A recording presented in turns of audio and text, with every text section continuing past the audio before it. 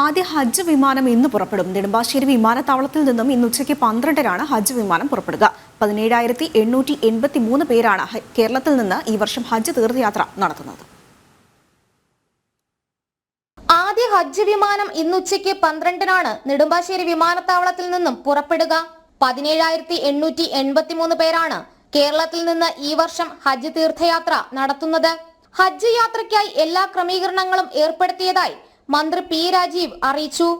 നെടുമ്പാശ്ശേരി വിമാനത്താവളത്തിൽ ഹജ്ജ് തീർത്ഥാടകർക്കായി മെഡിക്കൽ സൗകര്യവും ഭക്ഷണവും ഒരുക്കിയിട്ടുണ്ട്. വോളണ്ടിയർമാരുടെ സേവനവും ക്യാമ്പിൽ സജ്ജമാണ്. സ്ത്രീകൾക്കും പുരുഷന്മാർക്കും പ്രത്യേകം സൗകര്യങ്ങൾ ഏർപ്പെടുത്തിയിട്ടുണ്ട്. എമിഗ്രേഷന് വേണ്ടിയുള്ള പ്രത്യേക ക്രമീകരണങ്ങളും ഏർപ്പെടുത്തി. 200 പേർക്ക് ഒരു ഉദ്യോഗസ്ഥൻ എന്ന നിലയിൽ സർക്കാർ ഉദ്യോഗസ്ഥരെ വിന്യസിച്ചിട്ടുണ്ട്. മുൻവർഷത്തെ അപേക്ഷിച്ച് 6,516 പേരാണ് അധികമായി ഇത്തവണ ഹജ്ജ് യാത്ര നടത്തുന്നത്. 10,064 പേർ സ്ത്രീകളും 7,229 പേർ പുരുഷന്മാരുമാണ്.